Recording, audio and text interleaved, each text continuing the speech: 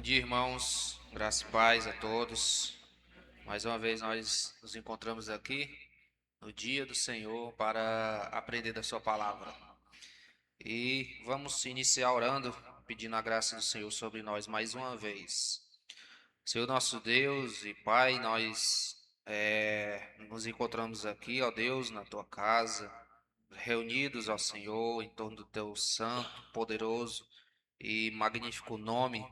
Ó Pai, nós te louvamos porque o Senhor tem derramado da tua graça, da tua misericórdia sobre nós, o teu povo, Senhor, da cruz. Pai, obrigado, Senhor, pelo privilégio, pela alegria de te servir, Senhor. Obrigado, Senhor, pela salvação no teu Filho Jesus Cristo, no qual, Senhor, o Senhor enviou e morreu e ressuscitou ao terceiro dia por nós, pelos eleitos. Graças te damos, Senhor, por tudo que o Senhor tem feito por nós e por tudo, Senhor, que o Senhor ainda irá fazer. Nós oramos assim desta maneira, Senhor, em nome de Cristo Jesus. Amém. Irmãos, vamos ler o Salmo de número 98. Nós vamos ler ele, todos os versículos, são 9 só, de forma alternada. Salmo 98.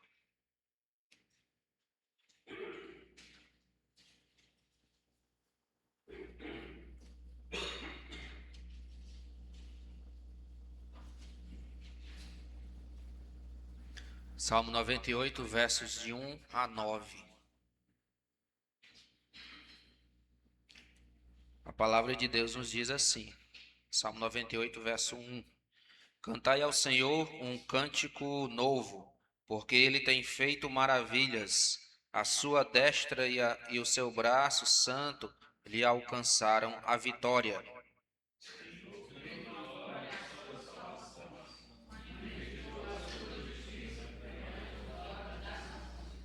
Não está de cantar, né, irmãos? Que a gente já canta, né, esse salmo. Lembrou-se da sua misericórdia e da sua fidelidade para com a casa de Israel. Todos os confins da terra viram a salvação do nosso Deus.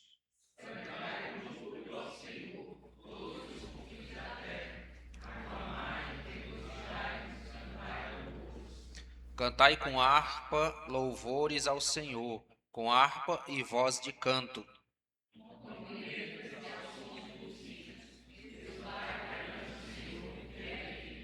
Ruja o mar e a sua plenitude, o mundo e os que nele habitam.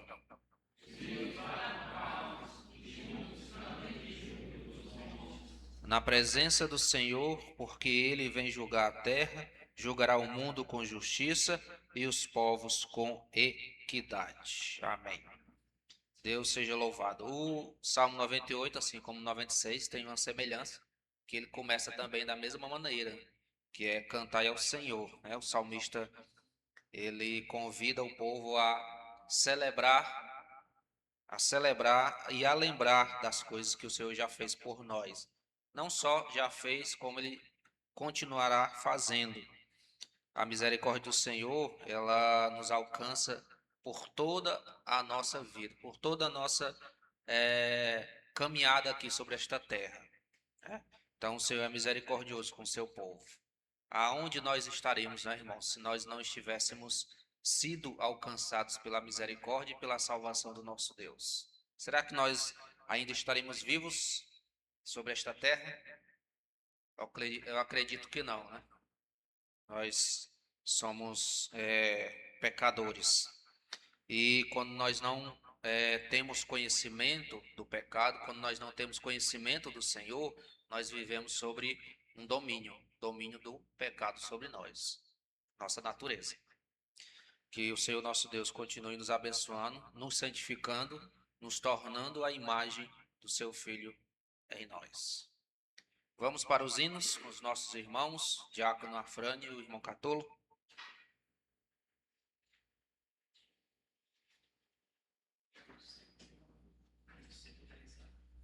109 e 110A.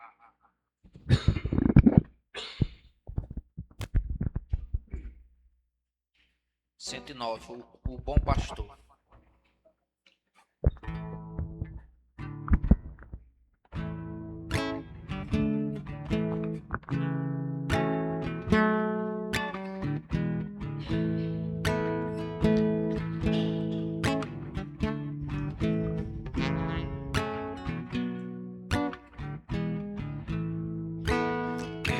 Salvador comigo, ao seu lado sempre andar. Quero tê-lo muito perto, no seu braço descansar, confiando no Senhor, protegido em seu amor. Seguirei o meu caminho, sem tristeza e sem temor. Quero Salvador comigo, porque fraca é minha fé. Sua voz me dá conforto quando me vacila o pé, confiando no Senhor, protegido em seu amor. Seguirei o meu caminho, sem tristeza e sem temor. Quero Salvador comigo, dia a dia em meu viver, através de luz ou sombras, no desgosto e no prazer, confiando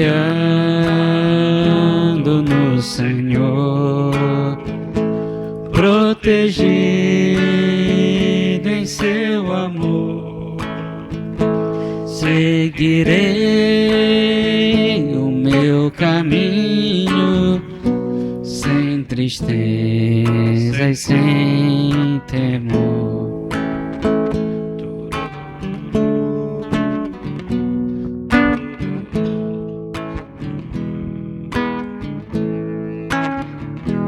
Quero Salvador comigo, sábio guia e bom pastor, nesta vida além da morte, longe de perigo e dor, confiando no Senhor, protegido em seu amor. Seguirei o meu caminho, sem tristeza e sem temor, confiando no Senhor, protegido em seu amor. Seguirei o meu caminho, sem tristeza e sem temor. Seguirei o meu caminho, sem tristeza e sem temor. 110.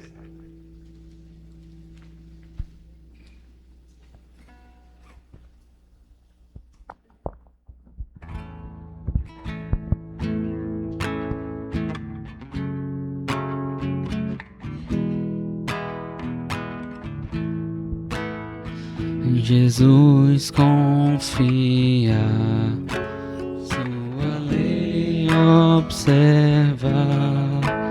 Ó que gozo, que bênção, que paz, satisfeitos para tudo quanto ordena, alegria perene nos traz.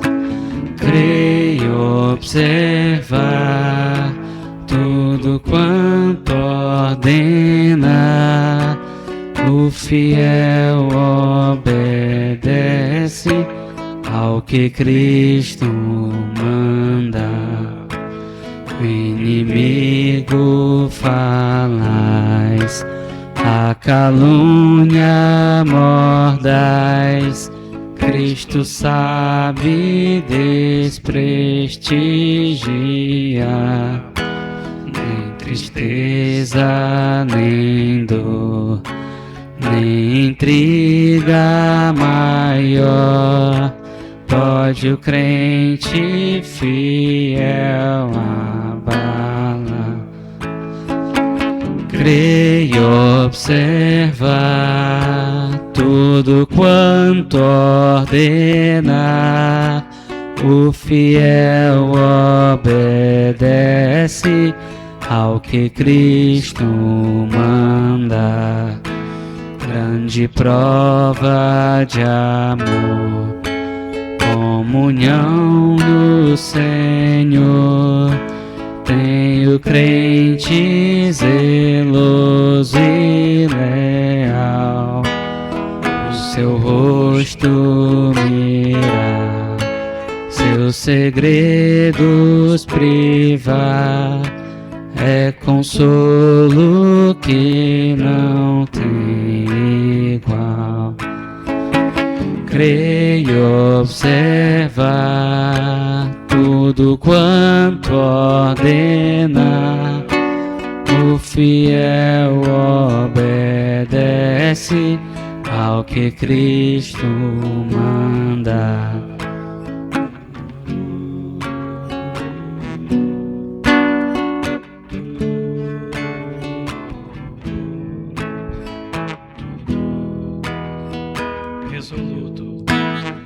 Resoluto, Senhor, e concede fervor, os teus passos queremos seguir, teus preceitos guardar, o teu nome exaltar, sempre a tua vontade cumprir.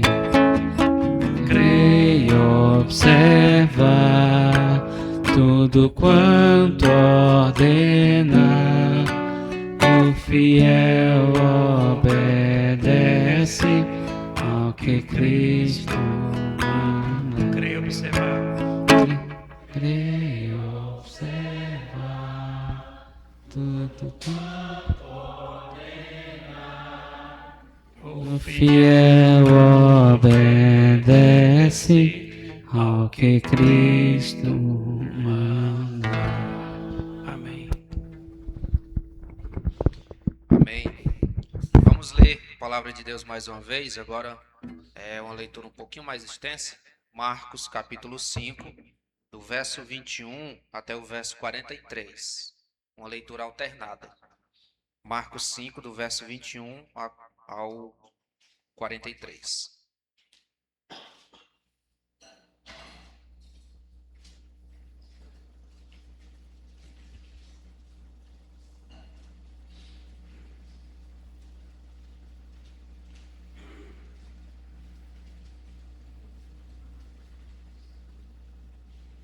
Marcos 5, do verso 21 até o verso 43, uma leitura alternada. A palavra de Deus nos diz assim, verso 21. Tendo Jesus voltado no barco para o outro lado, afluiu para ele grande multidão, e ele estava junto do mar.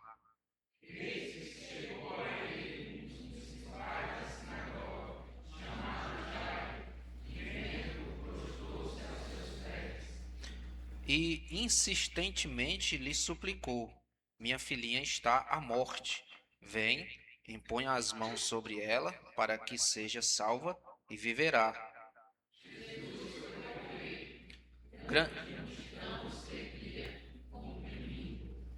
Aconteceu que certa mulher, que havia 12 anos, vinha sofrendo de uma hemorragia.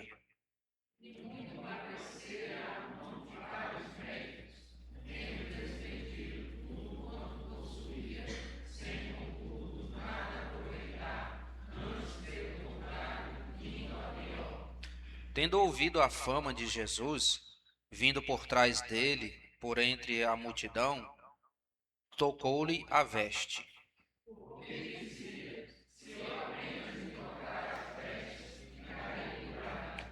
E logo se lhe estancou a hemorragia, e sentiu no corpo estar curada do seu flagelo.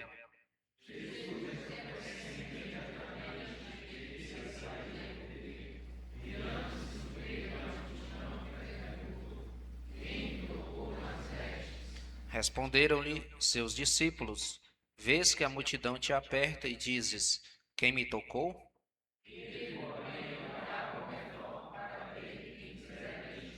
Então a mulher, atemorizada e tremendo, cônscia do que nela se operara, veio, prostrou-se diante dele e declarou-lhe toda a verdade.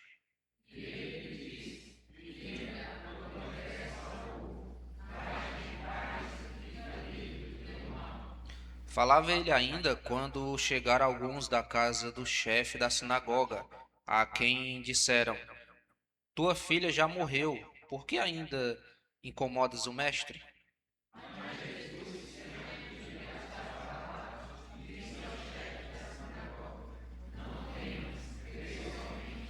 Contudo, não permitiu que alguém o acompanhasse, senão Pedro e os irmãos Tiago e João.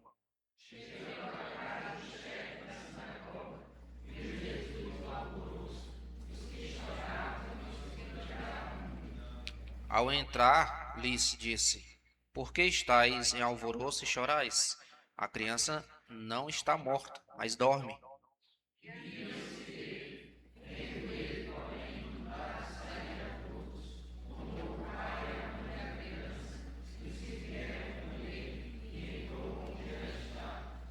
Tomando-a pela mão, disse: Talita cumi, que quer dizer: Menina, eu te mando, levanta-te.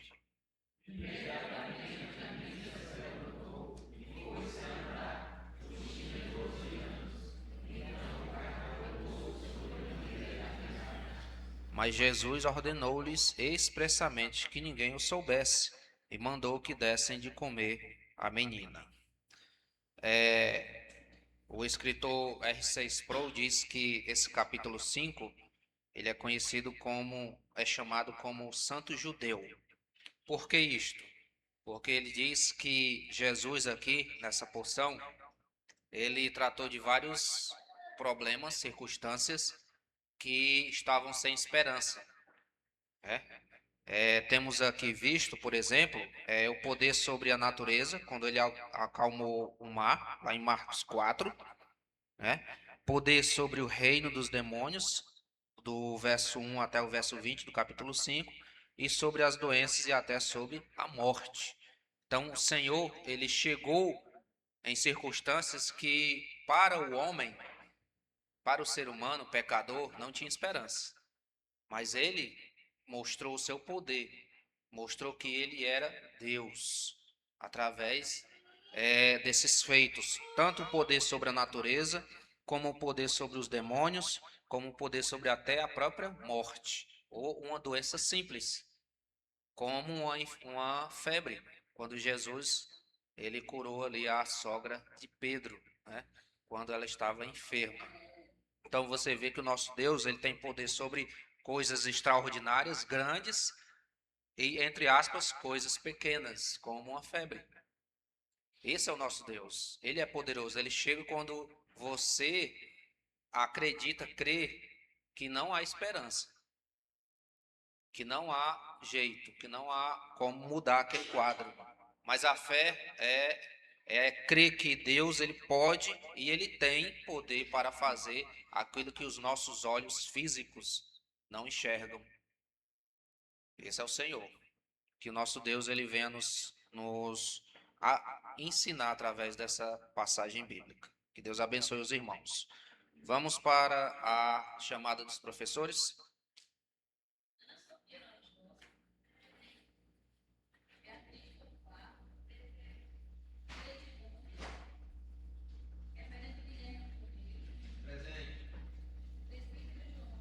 Presente.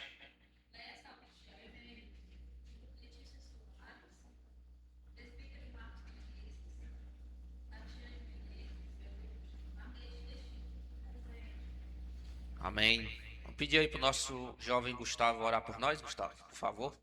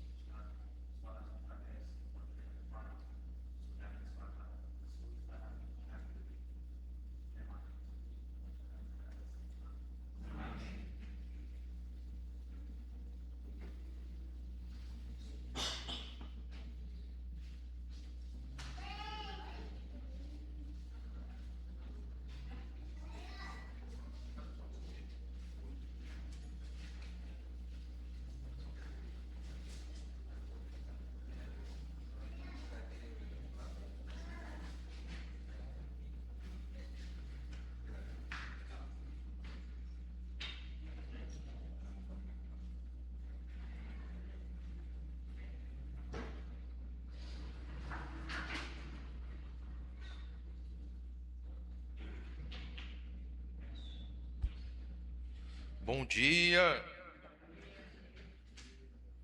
graça e paz, meus amados.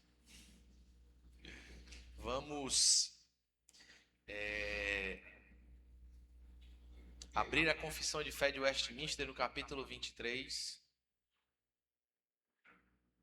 na seção 2.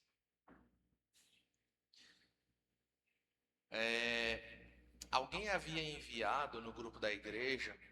Foi Melanie, foi Melanie. Catulo, não foi Catulo aquela vez, né? Mas outra pessoa enviou, o Catulo enviou o link, mas alguém enviou o documento. Obrigado, meu amigo. Foi, né? Ah, tá ótimo aqui, rapaz. Um anjo do Senhor, veio.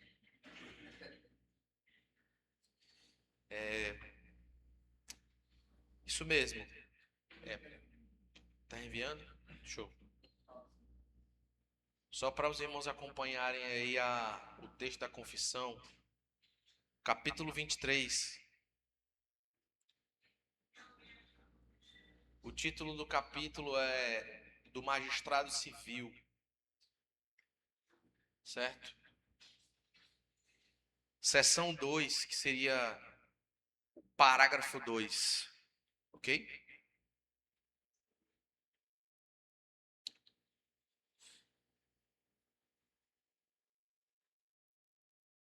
Diz assim no parágrafo 2 da confissão, capítulo 23. Aos cristãos é lícito aceitar e exercer o ofício de magistrado, sendo para eles chamados, e em sua administração, como devem especialmente manter a piedade, a justiça e a paz, segundo as leis salutares de cada estado, eles, sob a dispensação do Novo Testamento, e para conseguir esse fim, podem licitamente fazer guerra, havendo ocasiões justas e necessárias. Seção 2 do capítulo 23 da confissão, ok? Como falei, essa aqui é a segunda sessão deste capítulo, e nós vamos dividir em 3 partes essa sessão. A primeira parte nós vamos dividir no seguinte recorte aqui, olha. Aos cristãos é lícito aceitar e exercer o ofício de magistrado, sendo para eles chamados. Certo? Aos cristãos. Ponto. Bom, na confissão, os textos prova que estão inseridos nessa afirmação são os seguintes: Provérbios 8, 15 e 16 e Romanos 13, 4, que nós já lemos, inclusive, né? Romanos 13, 4, nós leremos novamente. Em Provérbios 8, 15 e 16, Provérbios capítulo 8, versículo 15 e 16, está escrito: escutem. Por meu intermédio reinam os reis, e os príncipes decretam justiça. Versículo 16: por meu intermédio governam os príncipes, os nobres e todos os juízes da terra. Diz a palavra de Deus. Em Romanos, capítulo 13, que já lemos, versículo 4, diz assim: visto que a autoridade, e aqui a autoridade instituída pelo Senhor para governar a sociedade, é ministro de Deus para teu bem. Entretanto, se fizeres o mal, teme, porque não é sem motivo que ela traz a espada, pois é ministro de Deus, vingador, para castigar o que pratica o mal. Ok? Grave isso, ministro de Deus.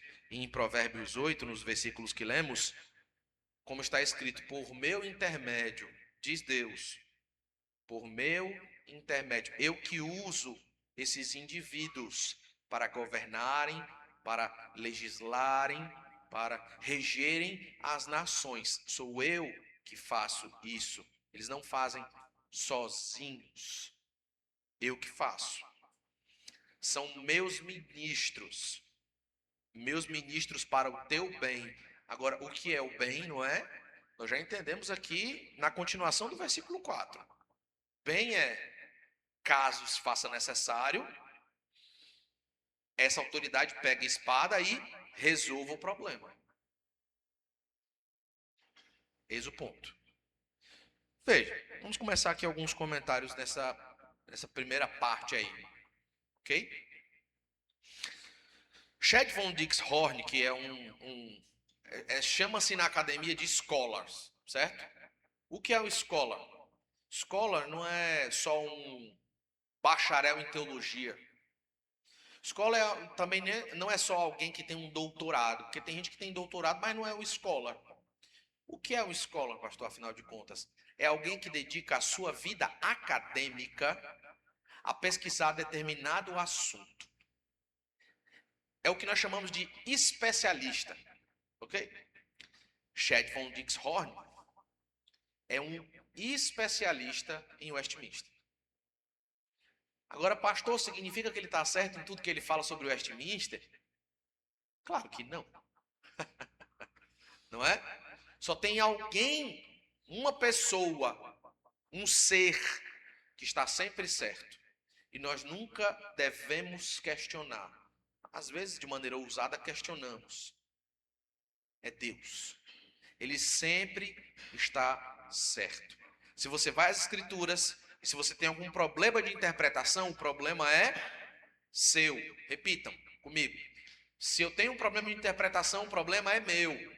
Repitam, o problema é? Muito bem, não esqueçam disso. Certo? O problema não é de Deus. Mas homens erram. Não é? Eu já estou falando isso só para vocês entenderem que mais para frente eu vou discordar de Chad von Dixhorn. Você pode discordar, todos nós podemos. Agora, claro, de maneira muito respeitosa. Discordarei de Chad von Dixhorn. Mas eu estou falando muito o nome dele e não estou citando o que farei agora. Certo? Sobre esse parágrafo, esta seção, e talvez até mesmo especificamente esse recorte da seção 2, do capítulo 23 da confissão, olha o que ele diz, olha o que Chad, vamos usar essa expressão, né? Porque Chad von Dixhorn é muito longo, né? Chad diz o seguinte: infelizmente, sempre existiram muitos governantes que não estavam dispostos a fazer o que Deus diz. Ora, vejam só, não é só hoje que os governantes não estão dispostos a fazer o que Deus diz. À época já existiam, e nós sabemos muito bem, no Antigo Testamento já existiam. Continuando. No Antigo Testamento, esse foi um problema frequente. E parece que a solução era direta. Ele aponta. Qual seria a solução? Ele mostra. Israel era a nação escolhida de Deus na terra. E a solução era conseguir um magistrado religioso em vez de um ímpio. Percebem isso? Como era na antiga aliança? Uma sociedade junta ali. Quem governava sobre eles? Não era um ímpio. Mas já aconteceu, pastor, de um ímpio... Não. Já aconteceu de um ímpio sequestrar a nação de Israel e colocá-la sobre julgo. Mas não foi Deus que fez. Claro, Deus sempre faz todas as coisas. Nada está fora do seu governo e determinação. Mas, calma aí. Não vamos perder o fio da meada, né? Lembrem da antiga aliança. Como era na antiga aliança a sociedade de Israel? Era fechadinha aqui, não era? Ah, mas já aconteceu de Nabucodonosor. Não confunda as coisas. Não confunda um estado de vigilância, um estado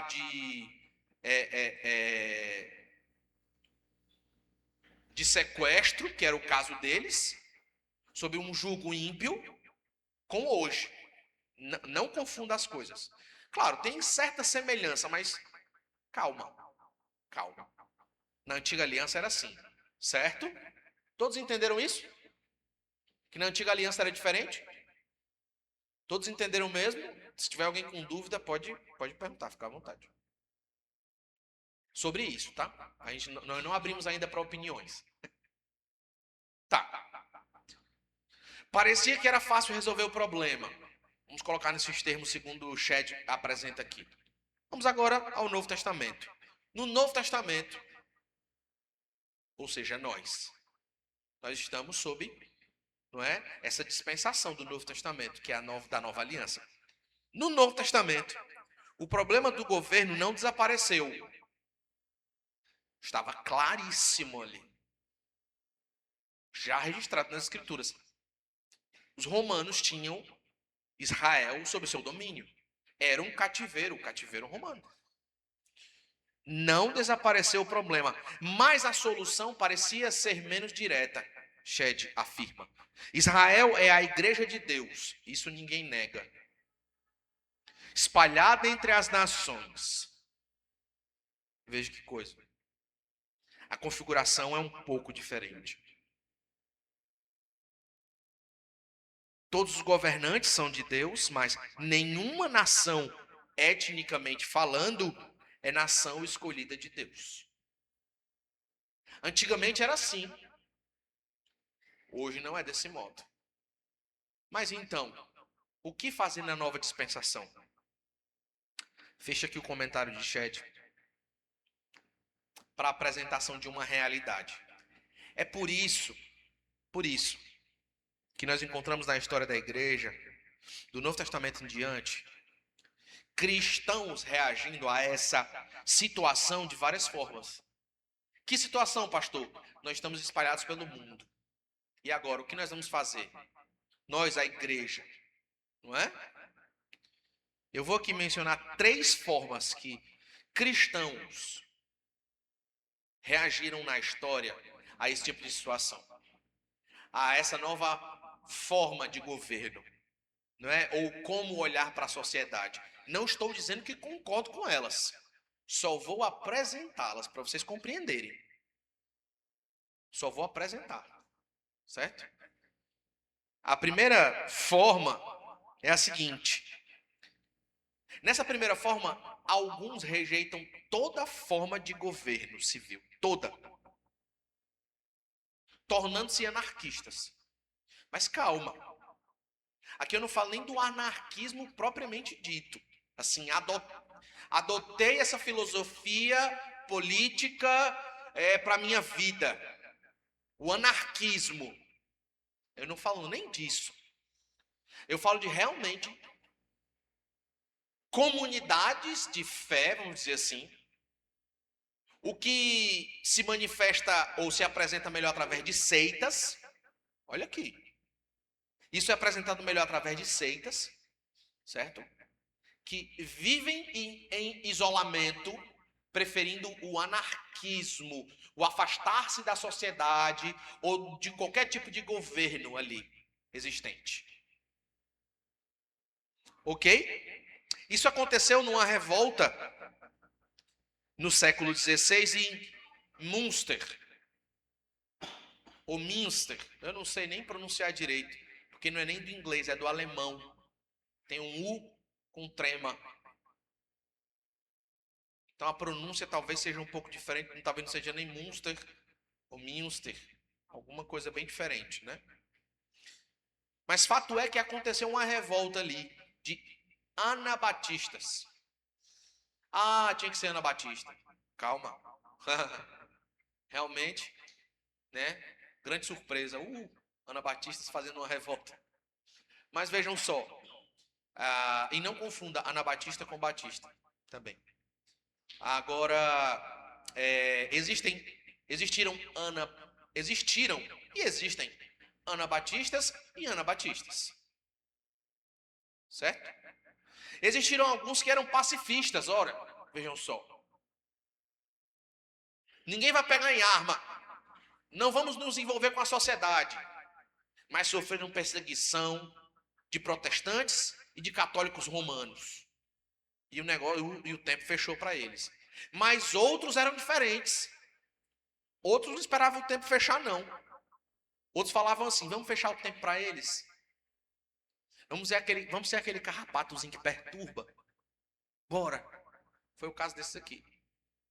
Revolucionários. Vamos pegar em arma, meu irmão. Decapitar o povo por aí, dar tiro na cabeça, enfiar a espada no meio dos peitos. É esse negócio aí. Por quê? Não aceitamos nenhum tipo de governo. Isso não está estabelecido nas escrituras. Porque não está estabelecido, não deve existir nenhum tipo de governo. Tá, tudo bem. Pastor, século XVI, há muitos séculos atrás, muito distante. Tem alguma coisa nova nesse sentido? Desse modelo, não. Mas, vocês lembram de um grupo chamado Mormon e que tem os seus dissidentes lá na cidade de Utah, nos Estados Unidos? Irmãos, eles governam a cidade. Eles governam a cidade. Eles não submeteram ao governo da cidade e eles fazem tudo que bem entendem ali. Mas tem gente lá governando. Magistrado. Quem manda são eles. Ok? É desse modo que se dá ali. Essa é uma primeira forma. E é uma forma bem assim, desconfortável de se ouvir, né? Pois realmente na história trouxe muito transtorno e muitos problemas. Uma segunda forma também envolve seguidores dos anabatistas, ainda no século XVI. Só que, como eu mencionei, esses eram diferentes. Esses aqui procuravam fazer paz com os governantes civis. Mas recusaram-se a participar pessoalmente desses governos como governantes, agentes públicos ou militares. Não, nós não vamos nos envolver na sociedade. Nós estamos aqui, mas nós somos pacifistas. O cristão não deve se envolver com política. Nós somos apolíticos, totalmente. Nós negamos isso. Não deve ser assim. Mas nós não somos loucos como aqueles outros. Mas são bem perdidos também nas ideias, né? Essa é uma segunda forma. Outra opção adotada por alguns é participar do governo apenas se o país e o partido político do país se denominar cristão. Ah, não, eu só participo se o partido político do meu país se denominar cristão. Como, por exemplo, fez Abraham Kuyper. Por não encontrar possibilidade de vínculo algum na Holanda com partidos. Criando, então, um partido cristão antirrevolucionário. Só que o nome do partido não era Partido Cristão Antirrevolucionário, né? Se não me engano, era Partido Antirrevolucionário. Estou errado? Não, não tinha o nome calvinista no partido.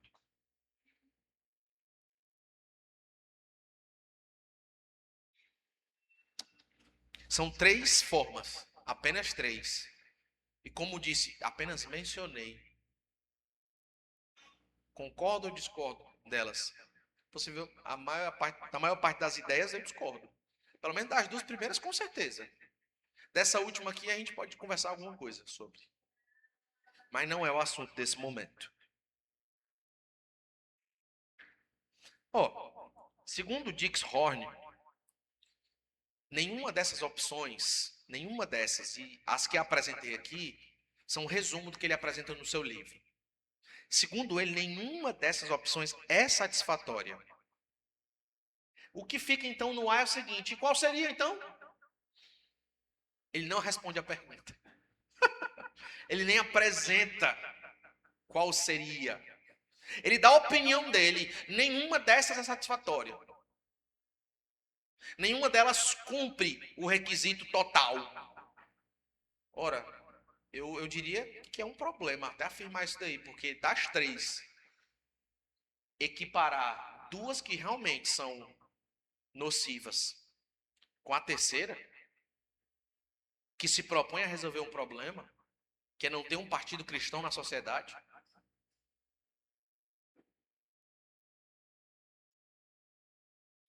Ele não responde. O que é satisfatório? Aqui ele se propõe a tratar do que nós destacamos nessa primeira parte da seção 2.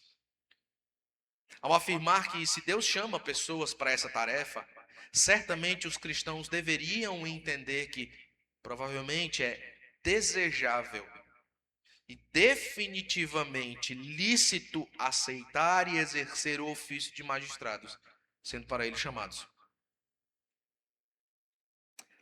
Afinal de contas, irmãos, Deus diz aos magistrados civis como viver. Deus diz. Está nas Escrituras. Se alguém é chamado para um ofício público sob a autoridade de Deus, ele precisa administrar suas tarefas ao mesmo tempo que mantém, como nós lemos aqui na seção 2, a piedade, a justiça e a paz. Olha o que Rod, e eu sei que alguns irmãos aqui, talvez uma boa parte, tenham um comentário de Rod sobre a Confissão de Fé de Westminster. Olha o que Rod fala sobre. Rod diz, é lícito para os cristãos aceitarem e exercerem o ofício de magistrado. Olha o que ele afirma, isso é bastante evidente. Aí alguém pode pensar assim, evidente? Como assim? Há lógica nisso? Ele desenvolve, calma. Aliás, olha o que ele diz, no sentido mais elevado, a ninguém é mais lícito do que aos cristãos ser magistrado ou alguma outra coisa. Por quê, pastor?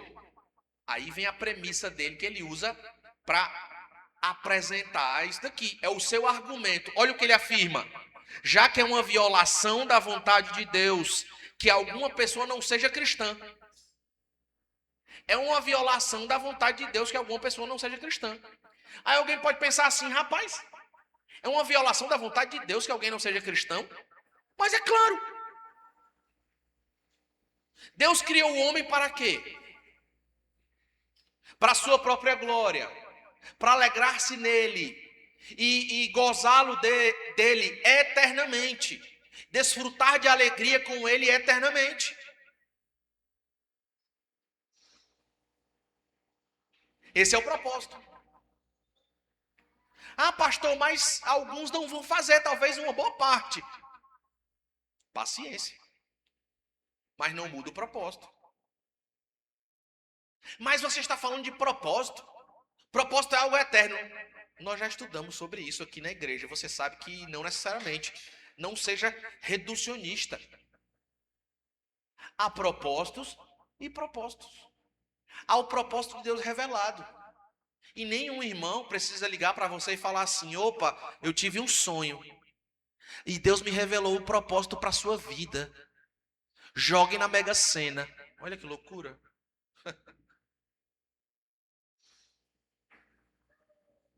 Sabe o que você deveria falar para essa pessoa?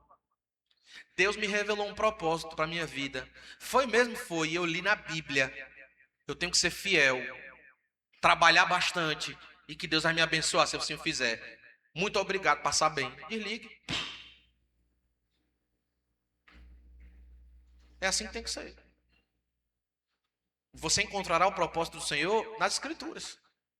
Não tem negócio de subjetivismo. Ai, eu senti no meu coração. Você sente muita coisa no coração. Tem gente que sente no coração vontade de dar uma facada no outro.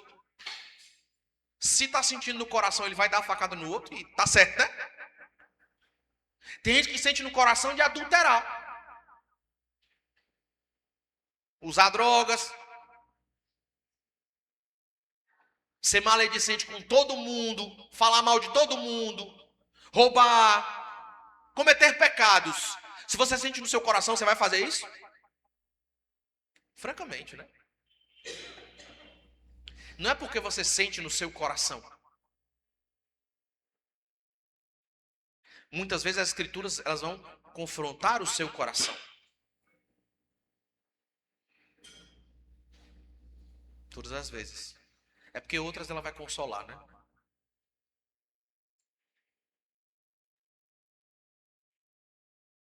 Rod então apresenta a tese dele. Não estou dizendo que você precisa concordar, mas ele apresenta uma tese. É plausível. Por que esperar então em governantes que são ímpios? Se dentre o povo de Deus, o Senhor deve levantar os seus para isso. Aí que eu faço um comentário. Faço um comentário aqui para vocês. Vocês percebem como nós perdemos esse tino? O que é o tino, né? Esse vigor reformado de nos envolvermos em política, direta ou indiretamente. Aí o evangelicalismo que tem ditado as regras. Eu não estou dizendo que um tem que interferir na esfera do outro. Porque nós vamos ver na seção 3 do capítulo 23 da Confissão de Fé do Magistrado, que cada esfera tem que ficar no seu canto. O magistrado é magistrado, a igreja é igreja. O magistrado não tem que se envolver em questões de igreja, que era o que acontecia na época dos puritanos. E é o que acontece hoje em dia no Brasil. O que significa isso, pastor? Me adiante, por favor. As minhas orelhas estão coçando de curiosidade. Só para você compreender. A época dos puritanos, o magistrado civil entendia que poderia ditar quem será excomungado ou não da igreja. Quem pode ser disciplinado ou não na igreja. Que livro a igreja deve adotar ou não como o seu livro de ordem. O magistrado civil. No Brasil é diferente. As coisas estão começando a se aproximar de algo parecido com isso. Sinais. Pastores são processados porque falam que homossexualismo é pecado. Igrejas são ameaçadas porque não tem banheiro trans ou banheiro sem gênero. Ou um homem trans ou mulher trans não pode entrar no... Na verdade, na maioria das vezes são mulheres trans, né? Um homem trans não vai entrar no banheiro de homens. De verdade. Eu nunca vi homem trans, que é uma mulher que se declara homem, se veste como homem e toma hormônio para parecer com homem, querer entrar no banheiro de homens. Eu vi o contrário. Homens que se vestem como mulheres, tomam hormônio feminino, falam feito mulher, tira até o gugumilo, como falam, né? Brigando para entrar em banheiro feminino. Nunca vi o contrário. E algumas igrejas são ameaçadas na internet por causa disso. Não, aqui você não vai usar. Você é um homem, vá ao banheiro masculino. Não vá. Ainda há para nós o direito à liberdade religiosa. Mas, irmãos, como o magistrado civil não governa para o bem, governa para o mal, muitas vezes igrejas perdem, pastores perdem, cristãos perdem, a igreja perde.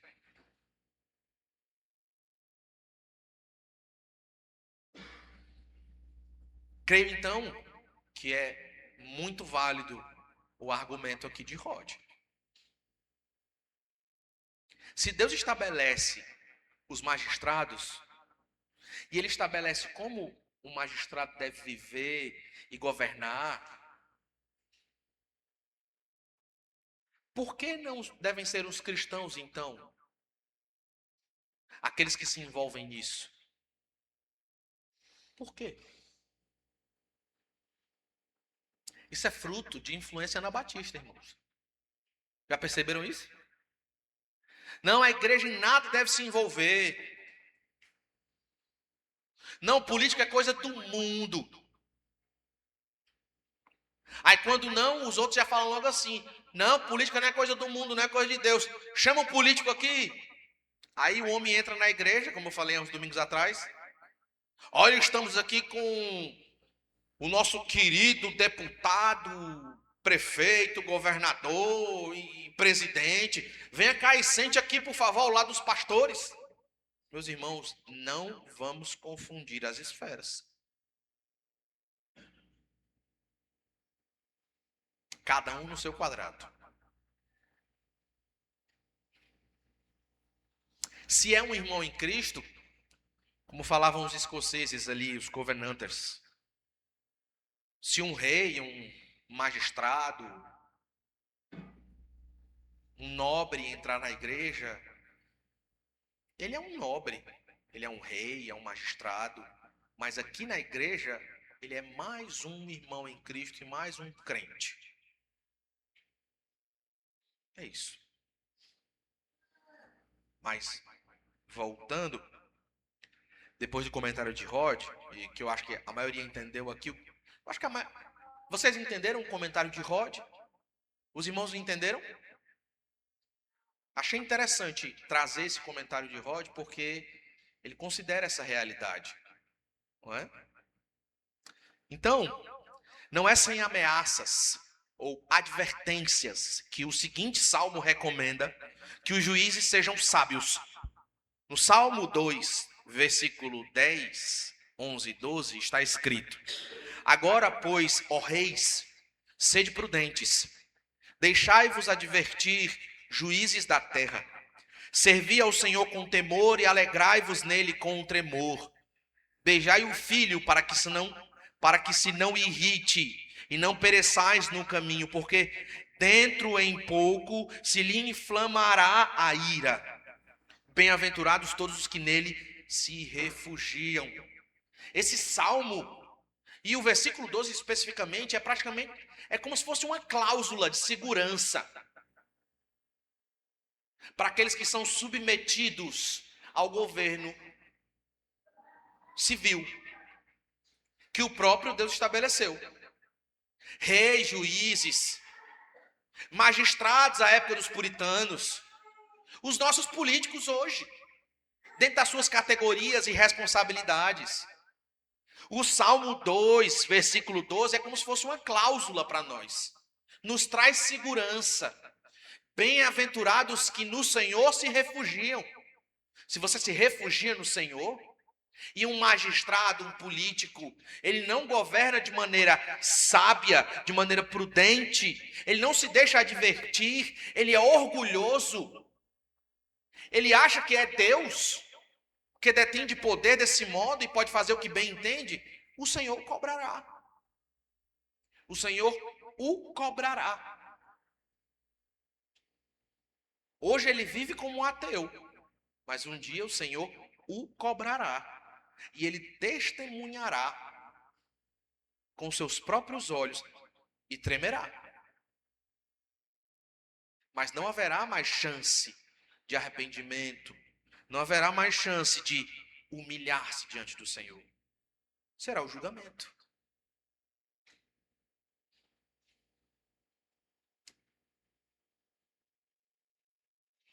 Eis aí então a primeira parte, como nós lemos na confissão, a seção 2. Passemos então à segunda parte.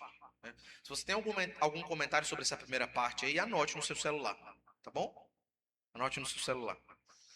A segunda parte, recortada, ou dividida aqui dessa seção, a seção 2, nós lemos da seguinte forma: e em sua administração, como devem especialmente manter a piedade, a justiça e a paz, segundo as leis salutares de cada estado.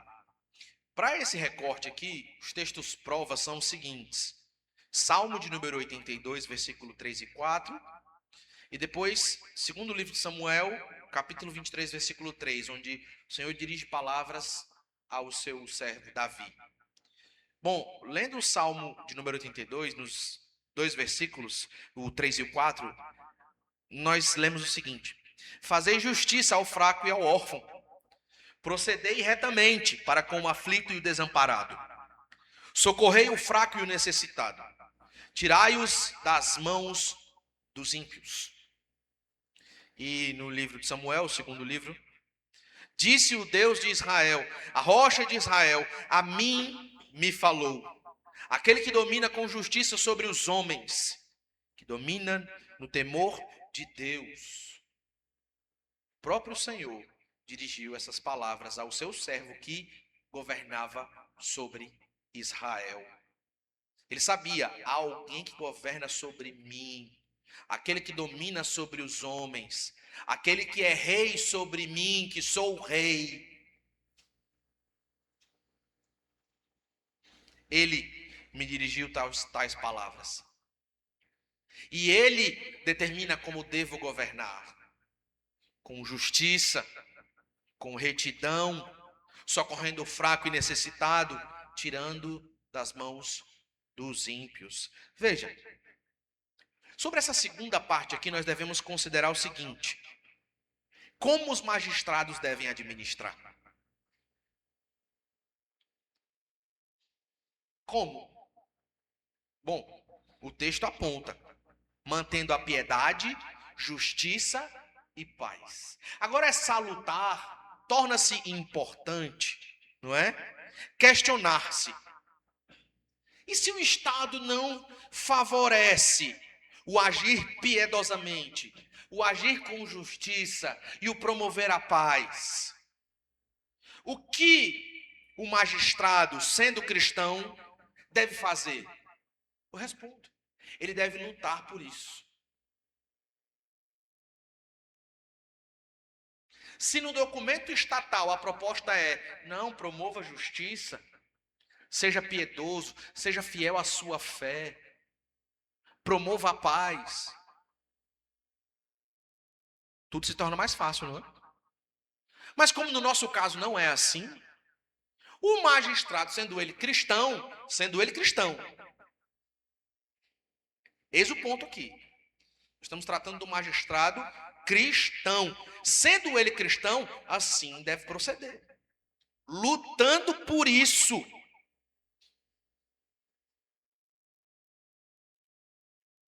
Buscando promover justiça.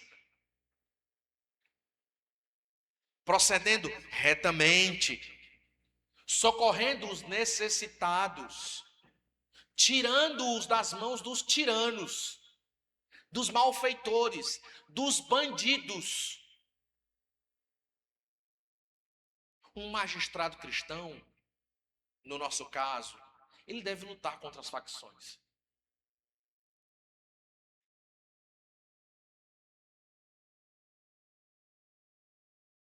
Então ele tem que pegar em arma, pastor? Não, calma.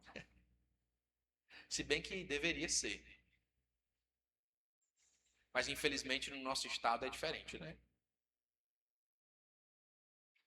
Quando eu falo estado, eu falo no nosso país. As medidas deveriam ser mais duras, mas não são. Não é? Como o magistrado deve administrar? Desse modo. Se o Estado não favorece isso, ele tem que lutar. E existem formas com as quais ele deve lutar. Agora, nessa segunda parte, há algo mencionado aqui. Não é? Nós lemos o que é apontado aqui nessa segunda parte como as leis salutares de cada estado. Ok? Leis salutares seriam boas leis. Boas leis promovidas pelo Estado, no qual este cristão está inserido. onde ele exercerá o magistrado civil ou seu papel político de maneira social. Nós podemos falar de algumas leis que são boas no nosso país, talvez pouquíssimas, mas existem. Talvez uma boa parte de leis ruins. Com isso, os nossos irmãos aqui da Confissão de Fé de Westminster, eles consideram que existem estados e estados, existem modelos de governo. Existia à época determinado lugar onde era a monarquia, no outro determinado lugar era a monarquia e esta dividida com... Obrigado, Paulo, é isso mesmo. Parlamentares, homens que representavam o povo para dialogar com o monarca, certo? E por aí vai. Nós moramos no Brasil. Aqui não existe mais uma monarquia. Outrora foi. Mas não era uma monarquia com parlamentarismo, dividindo o governo. Era diferente. Deu-se um golpe no Brasil. Essa é a palavra. Não é? Por uma influência grandiosa do positivismo humanista, vindo lá da Europa, lá da França, de Auguste Comte. Abandona-se então a coroa, porque a coroa monarca não era uma coroa só humana. Entendia-se que era uma coroa que regia pela igreja também, porque eles eram romanos. Mas a despeito de quem governava e como se governava e como entendia, deu-se esse golpe. Mudou, então, o modelo de governo. E agora, pastor, temos que voltar à monarquia? Não. Pode ter até alguém que prefira. Eu nem vejo problema, se você preferir assim. Mas o ponto não é o modelo. O ponto não é o modelo. O ponto é que os cristãos devem se envolver em política de maneira ativa. Agora entendendo o seu lugar na política.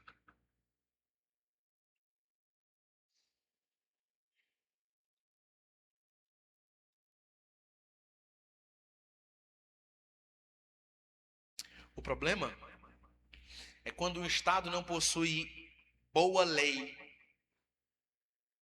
E quando eu falo de boa lei aqui, eu falo de nenhuma lei que favoreça o cidadão.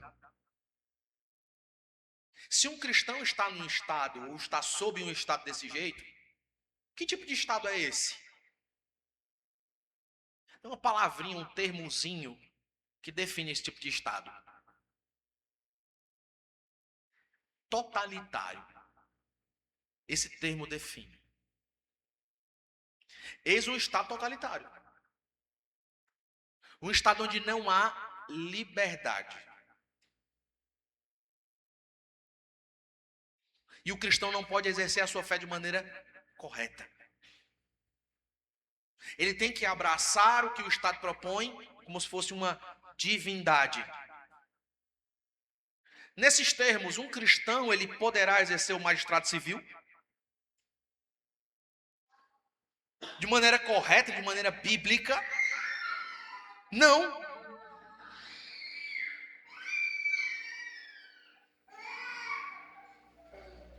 Mas e se ele foi chamado para isso? Ele não vai fazer? O que fazer então nessas circunstâncias, né, pastor?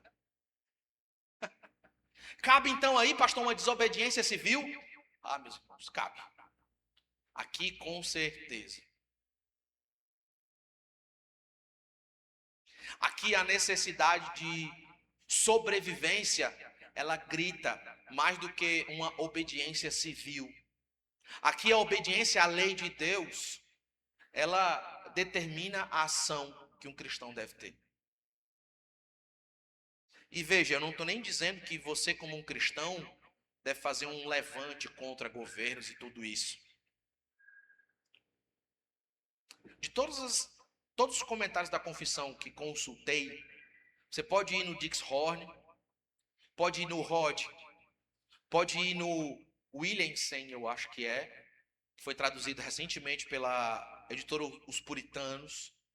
Você pode ir no Gordon Clark, que até eu acho que no início desse ano, a editora Monergismo traduziu seu comentário sobre a confissão. Todos eles mencionam essa possibilidade de desobediência civil como válida.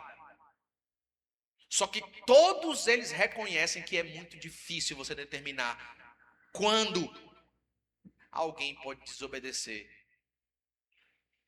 civilmente. Não há assim não há, e eles nem, eu acho que eles devem ter se consultado, porque cada um escreveu num momento, né? O Chad von Dixhorn é o mais próximo a nós, ainda está vivo. Os outros, salvo engano, já faleceram. Então, cada um escreveu num momento. Possivelmente se consultaram aí, né, alguma coisa escrita. Irmãos, nem eles seguem assim uma linha próxima um do outro para falar. Aqui pode desobedecer, ali não pode. Há uma linha muito tênue entre a desobediência civil e a quebra da lei de Deus. Mas eles consideram a possibilidade. Irmãos, quem não considera, não é? A história da igreja, ela tem marcas nesse sentido. Se não fosse uma desobediência civil, a reforma não teria acontecido. Mesmo que Lutero não tenha pegado em armas. Se fez necessário. Mesmo colocando a sua vida em risco, eu vou fugir e vou desobedecer isso aqui. Tá errado isso aqui. Não há liberdade. É um totalitarismo. Que seja. Mas houve uma desobediência. Infelizmente, o Estado brasileiro regula muito sobre os homens, sobre os cidadãos e, obviamente, sobre nós cristãos. No caso de uma instalação de um comunismo ou de um socialismo valendo no Brasil, nós vamos ter que talvez falar como os defendidos pelo Chapolin falariam. E agora, quem poderá nos defender, não é?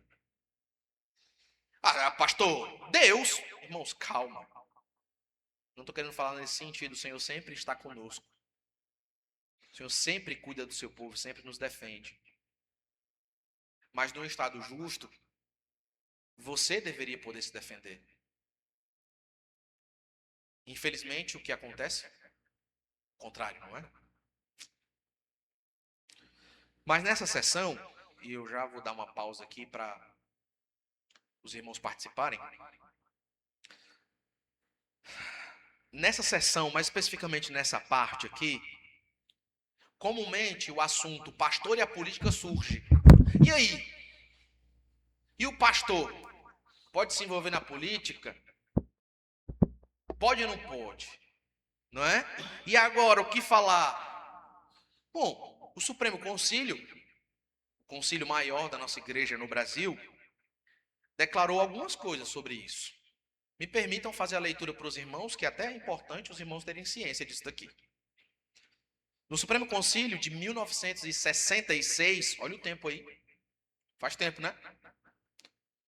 Em 66, no documento 5, intitulado Campanhas Políticas, Participação de Ministros, dentro deste, no documento 42, sobre participação de ministros em campanhas políticas, o Supremo Concílio resolve, atenção aqui, ó. O Supremo Concílio resolve ratificar a resolução do Supremo Concílio, Boletim Oficial, Ordem 2, número 1, de dezembro de 1951, item 13, que foi: determinar que os presbitérios tomem as medidas necessárias a fim de que nenhum ministro exerça atividades de membro de diretório político ou de candidato a qualquer cargo político, ou ainda os de orientar ou promover campanhas políticas, sem licença prévia do seu presbitério.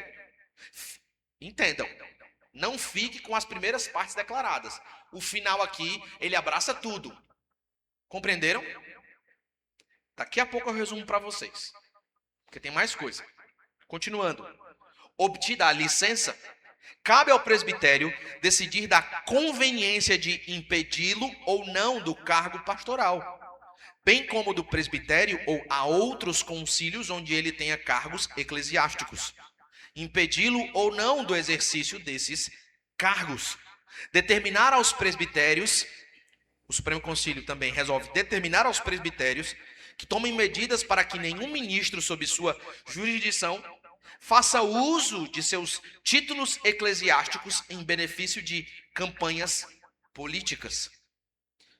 E tem mais. No Supremo Concílio do ano de 1994, no documento 239, o Supremo resolve: 1. Revogar a resolução, a seguinte. E 2. Responder que os ministros podem participar de partidos políticos. E 3. Para candidatarem-se a cargos públicos, eletivos, deverão pedir licença a seu presbitério, sem qualquer ônus eclesiástico.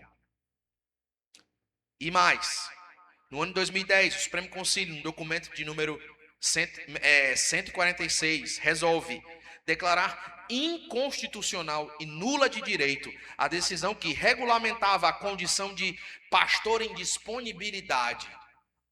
Sabe por quê? Porque alguns irmãos estavam tentando burlar a ideia. Opa, Guilherme aqui vai ser candidato agora. Conselho, vocês aceitam? Pastor, não. Então é o seguinte, eu vou conversar com o presbitério e vou pedir licença. Aí o conselho, rapaz, lamentamos muito. Pedi licença para o presbitério, tenho licença de 1 ano.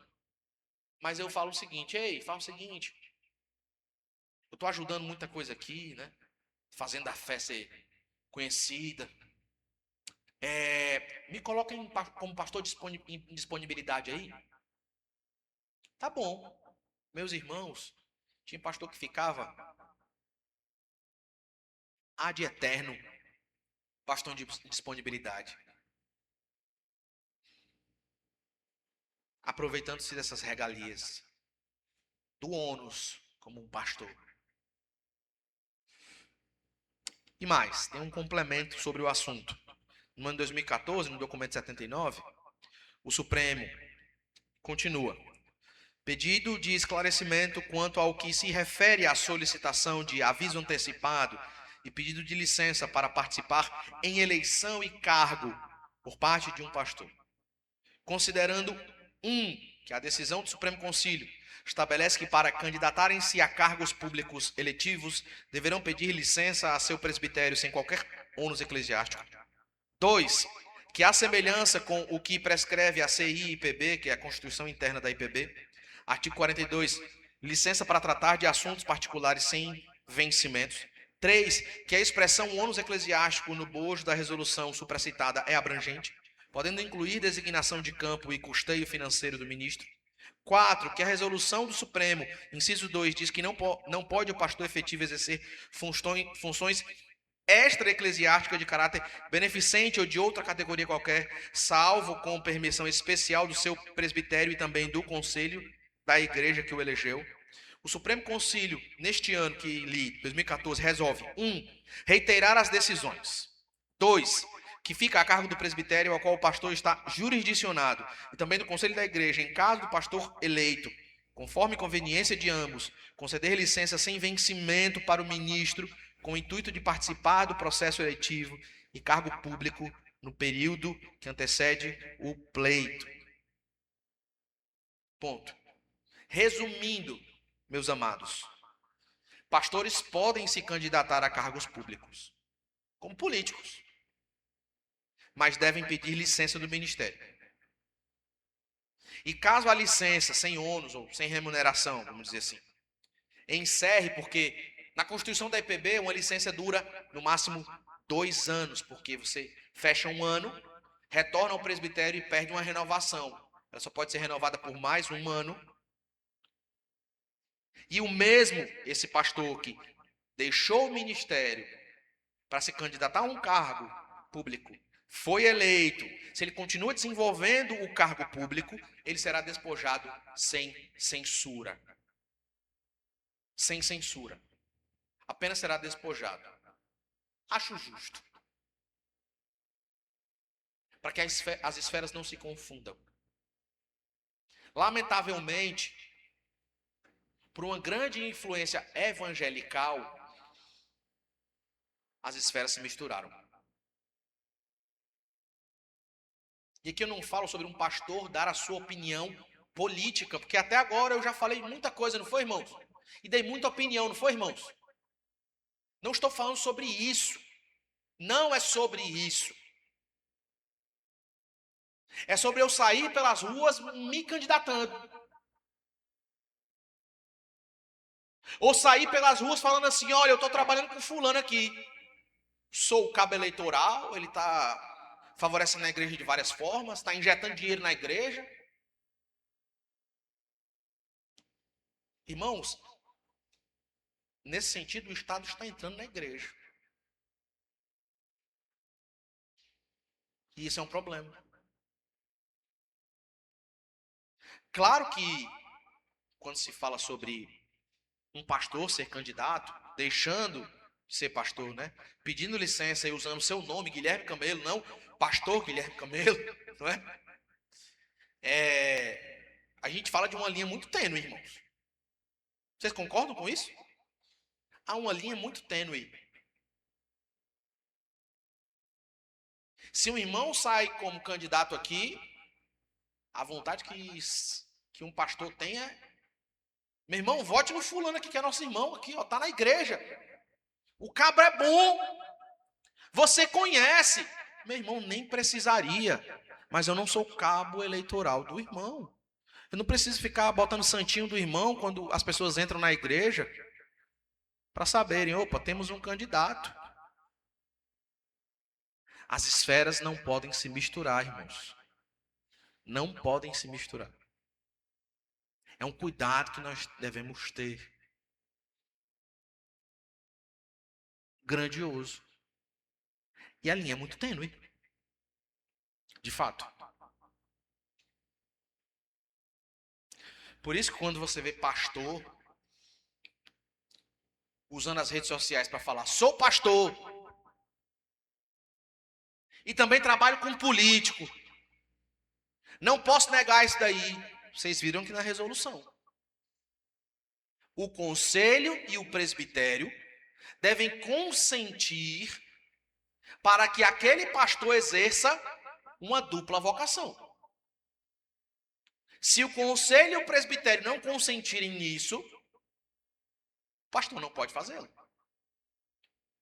Ou se fizer sem consentimento, será repreendido.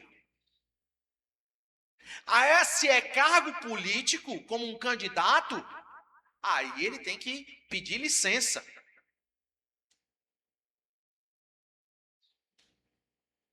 É assim que tem que ser. Mas, infelizmente, no meio de alguns irmãos, até mesmo presbiterianos no Brasil, aqui no estado do Ceará, na cidade de Fortaleza, tem gente que faz o contrário.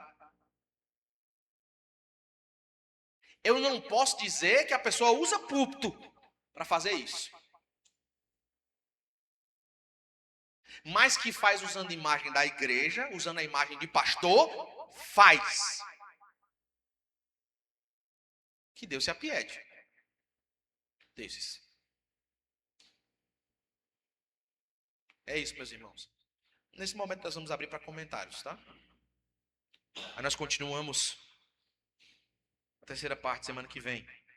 O irmão Claudeni, ele tinha levantado a mão primeiro, um bom tempo. Se mais alguém quer falar depois do Claudeni? Jaco Nafrânio? Bem, pode falar.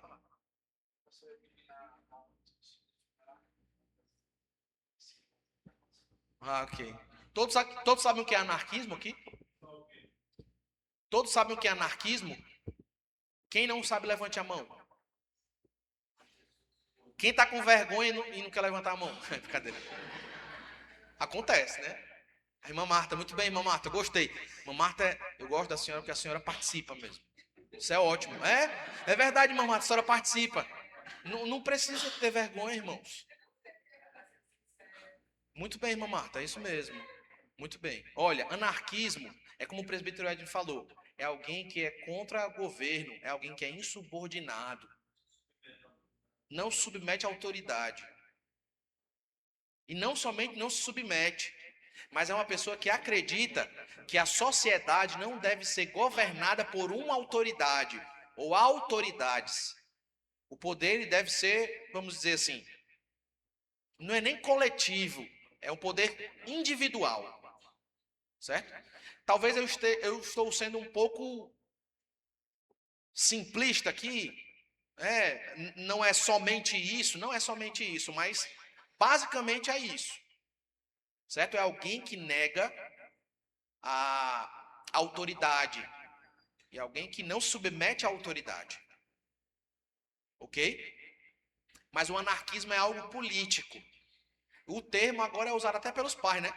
Ô menino anarquista, desobediente. Mas é um termo de cunho político, realmente, ok? E existem anarquistas, né? Tem gente que pensa que o cristão deveria ser anarquista, por exemplo. E eu nem falo de anarcocapitalismo, eu falo de anarquismo mesmo. Algo progressista e tal, certo? Mas é isso. Bom, mais alguém? Ah, o Diácono Afrânio, né? Vai lá, Diácono. Pastor, bom dia. Bom dia. Nós temos aqui no Brasil em torno de 30 partidos políticos. E esses partidos políticos, eles têm a sua forma de ver governo para eles. Uhum. Nós temos esquerda, temos centrão e temos direita. Esses três tipos de esferas, três tipos de pensamentos. Quando alguém se filia a um desses partidos, eles têm que seguir a agenda desse partido. Porque se eles não seguir a agenda desse partido, eles vão ficar configurados como infidelidade partidária. Então, eles vão ser expulsos do partido e vão perder sua candidatura. Nós sabemos que existem agendas positivas para as pessoas e agendas que não são positivas. Vou dar um exemplo de agenda que não é positiva.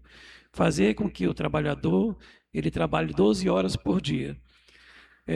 O capitalismo, ele sabe que a pessoa, para ele ter lucro, ele precisa que em 3 áreas ele ganhe. Ou ele ganha na logística, ou ele ganha no insumo, que é barato, ou ele ganha na mão de obra. Se a gente vê o povo de Israel antigamente, o que era escravo só trabalhava 6 anos e no 7º ano era considerado livre. Já no Brasil é 35 anos que a pessoa pode passar 12 horas trabalhando. Então, desse uso desse subterfúgio de que tinha escravo em Israel também, só que era apenas 6 anos. Aí eu pergunto, como é que pode nós aqui no Brasil se inserirmos na política sabendo que vai ter que seguir a agenda de um desses, senão perde a legislatura? Eu acho que primeiro, eu vou responder de trás para frente. Porque quando o senhor mencionou a questão política e partidos e tal, a gente fala das ideias, né? Aí quando o senhor fala do calendário de trabalho semanal, a gente envolve outra questão. Envolve a perspectiva de um cristão, por exemplo, sobre o trabalho. E pode parecer, não que o senhor tenha falado isso, mas pode parecer porque para alguns é assim, que o trabalho é uma maldição. O trabalho é algo ruim. Então, durante 36 anos eu sou escravo para então me tornar livre do trabalho. Sendo que a época, por exemplo, no Antigo Testamento, não havia, bom, não que eu lembre disso, não havia aposentadoria ou até mesmo algo análogo à aposentadoria. Então, assim, acaba que, se nós formos partir das Escrituras e devemos fazê-lo, a aposentadoria já vai embora. Agora nós vamos discutir o que é o trabalho, não é? O que é trabalhar 6 dias e descansar um? Seria ficar sem produzir? Nós sabemos que trabalhar, como é hoje, não era a época dos nossos antigos irmãos, lá no Antigo Testamento, até mesmo no Novo. Carga horária e tal de trabalho, como é assim, né? E essa discussão toda, 6 por 1, 6 por 2, não sei quanto e tal. A questão é a seguinte, a questão é que o cristão tem que produzir. Né? Para que fique claro, eu não sou contra a aposentadoria não, irmãos. Seja ela pública ou privada, enfim, né? Melhor que seja privada, né? Menos Estado possível. Mas, vejam, tenho nada contra a aposentadoria. O meu problema é contra o cristão que não quer produzir. Porque vamos supor que a escala diminua, 5 por 2. Aí naquele 6º dia você não vai produzir? Né? Aí o que é o produzir? Né? Produzir é trabalhar em casa só, cuidando da casa. Pronto, agora os homens que esqueciam de ajeitar a torneira, esqueciam de apertar um parafuso, esqueciam de, sei lá, lavar o pano de chão, alguma coisa assim, vai fazer nesse dia. É uma produção, né? Quer queira ou quer não, é uma produção.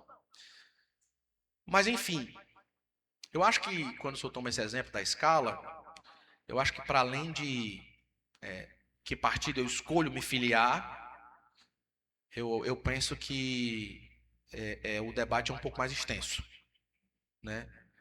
E eu não entendo que tem como comparar os anos de trabalho e aposentadoria como os anos dos irmãos que eram escravos, porque de fato deviam alguma coisa a alguém e tinham que trabalhar, e era justo, sabe? A época, no Antigo Testamento, né? Salvo engano, até no Novo também. Vamos entrar agora na pergunta do senhor, sem o exemplo que o senhor deu. Como filiar-se a um partido? A proposta que eu penso ser ideal é formar um partido cristão. E não é o Partido Socialista Cristão, não é só cristão no nome.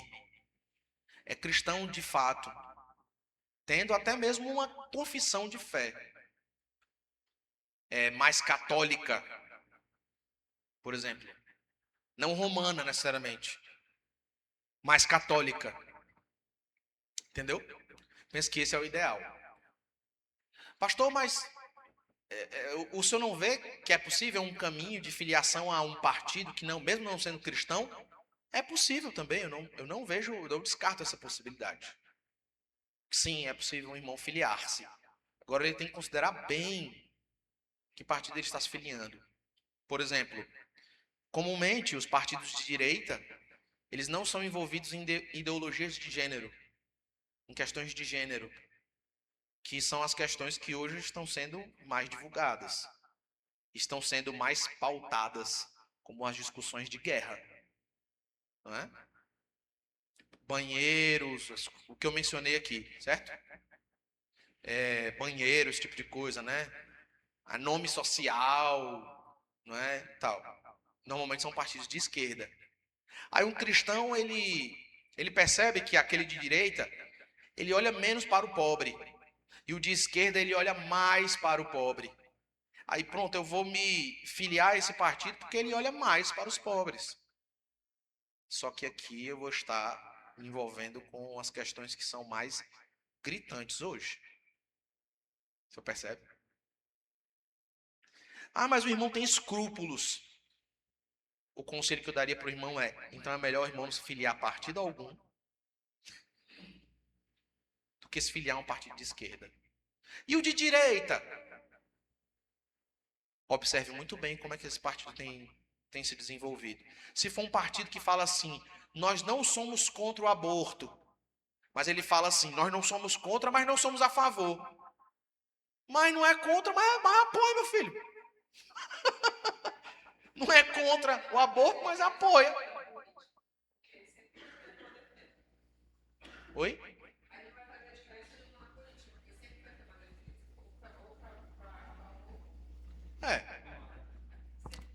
Então, assim, veja, eu não consigo dar possivelmente uma resposta favorável para o senhor. Devo ou não me filiar? Quem deve me filiar? Mas eu acho que, se colocar prós e contras, no mínimo, o cristão vai chegar à seguinte conclusão: possivelmente não vou me filiar a nenhum partido. Possivelmente, para me filiar, é melhor criar um partido cristão. Quem levantou a mão, irmãos? Antes? Diácono Pedro. Vamos lá, vamos por quem eu vi. O Diácono Pedro. O Claudinho tinha levantado a mão também, não tinha, Claudinho? Tá bom. Não, o que eu ia falar era sobre a questão que o Diácono Afrânio levantou, que era sobre a questão do trabalho, né? Porque alguns defendem 12 horas e tal. Só que se a gente for observar, na Bíblia, a gente tem aquela parábola que Cristo fala, onde ele contrata trabalhadores durante o dia, começa mais cedo, que começa meio-dia. Então, assim, uma política pública cristã é muito mais pautada se a gente pensar como os Estados Unidos, o trabalhador ele trabalhar por hora, no qual ele resolve com o empregador, porque aí a gente permite, se ele quiser trabalhar 15 horas por dia, é a despeito dele, se ele quiser trabalhar 5 horas por dia, é a despeito dele. Então, tudo aquilo ficou acordado, porque é isso que a Bíblia não diz. E um dia de folga, que é o domingo, o dia do Senhor, assim como Israel, trabalhará 6 dias e terá o sétimo dia para o seu descanso e glorificar e honrar o Senhor. É o que a gente deve fazer. Eu vou complementar aqui o que o Claudinei falou, se é que tem alguma coisa para complementar, mas essa visão do trabalho, né, como algo que escraviza, a gente passa 35 anos até se libertar dele, a gente tem que ter em mente que o trabalho ele só é ruim por causa da queda, mas ele não é um mal em si mesmo.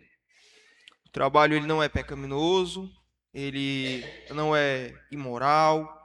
Na verdade, Deus estabeleceu isso. Então, o homem ele tem que trabalhar, porque isso é uma das 3 coisas principais, né, que Deus estabeleceu na criação: o dia de descanso, o casamento e o trabalho.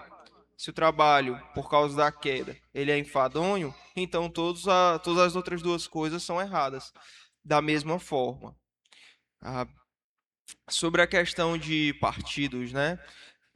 É um pouco difícil você se filiar a qualquer partido atualmente, porque todos eles são em algum grau de esquerda. Mas tal partido é de direita. É complicado, porque você pega o pastor Franklin Ferreira, eu já falei isso aqui outras vezes. Ele vai mostrar que não existe direita de verdade no país. Talvez uma extrema direita, que poderia ser a direita, né? O Partido Novo ali. Você tem muito esquerdista. Por quê? Porque o crescimento de partidos de esquerda foi tanto, é tanto. O Diácono Afrânio colocou mais de 30 partidos. Desses 30 partidos, colocar aqui arredondado, 29 são de esquerda. 28. Por quê?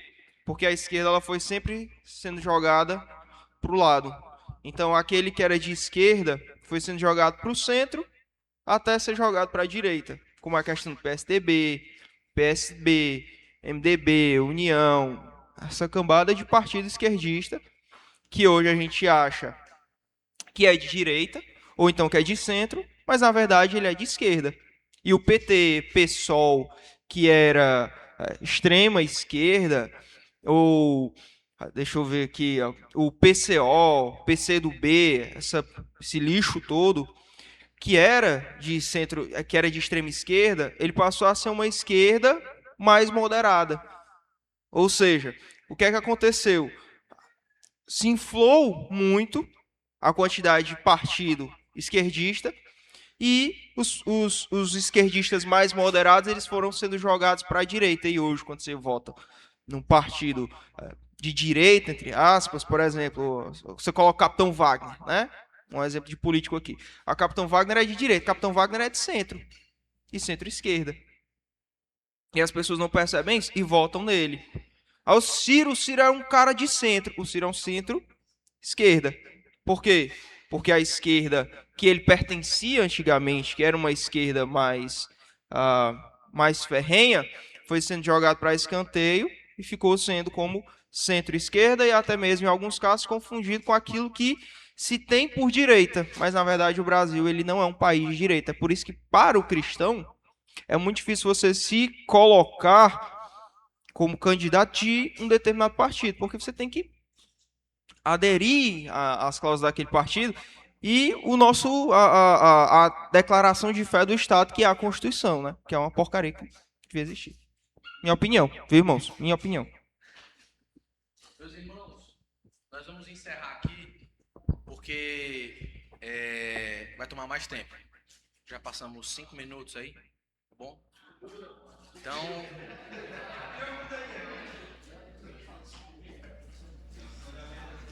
uma pesquisa.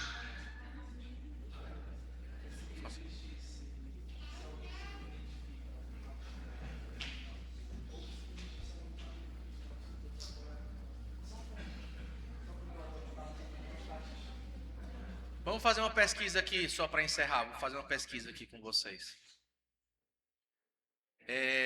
Se existisse um...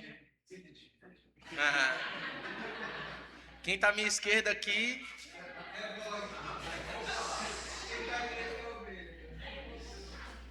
Não, brincadeiras à parte. Se existisse um partido cristão, levante a mão aí, quantos adeririam à ideia? Cristão. Olha o nome do partido. Partido Cristão. Pronto. Antirrevolucionário, por exemplo. Se existe um partido cristão.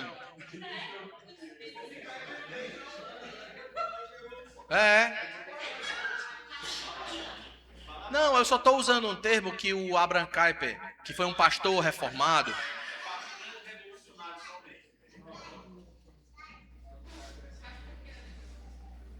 Vamos lá, irmãos, só para a gente não estender muito o assunto. Levante a mão novamente, quem aderiria à ideia?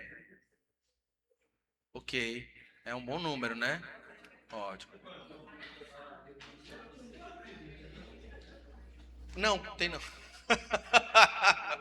Bom, irmãos, nós vamos encerrar. Vai ser bom que a gente continue conversando ali no cafezinho, viu? Presbítero, Hortêncio.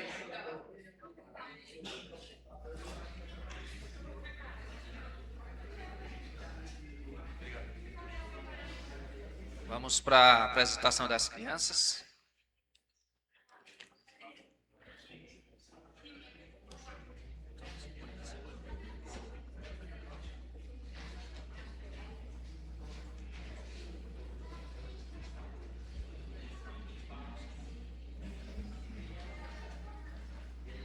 Vamos lá.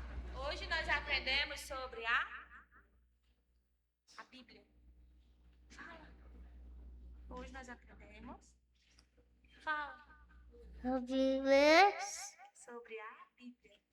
Bíblia. A Bíblia, muito bem. A Bíblia é livro mais especial. A Bíblia é um livro mais especial. E o nosso versículo? Quanto amo a tua lei. Quanto amo tua lei. Salmos 119, 97. Caleb está baixando a Bíblia.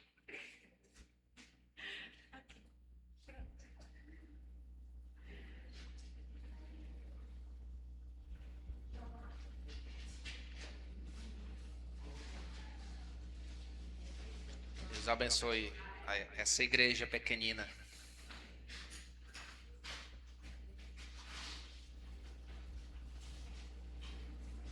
A nossa aula de hoje foi o nascimento de Jesus, a promessa de Deus se cumpre. Porque muito grande é a sua misericórdia para conosco, e a fidelidade do Senhor subsiste para sempre. Aleluia. Salmos 117, 2.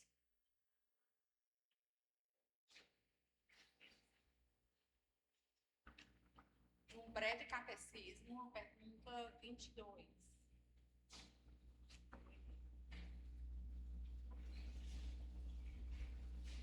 Como Cristo, sendo Filho de Deus, se fez homem. Cristo, o Filho de Deus, fez-se um homem tomando um verdadeiro corpo e uma alma racional, sendo concebido pelo poder do Espírito Santo, no ventre da Virgem Maria e nascendo dela, mas sem pecado.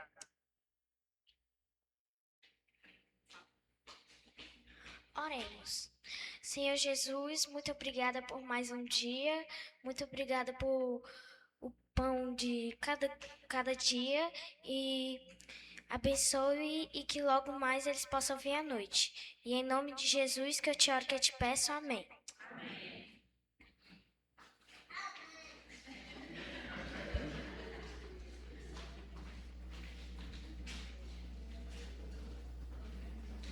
Vamos para a leitura do relatório, irmãos.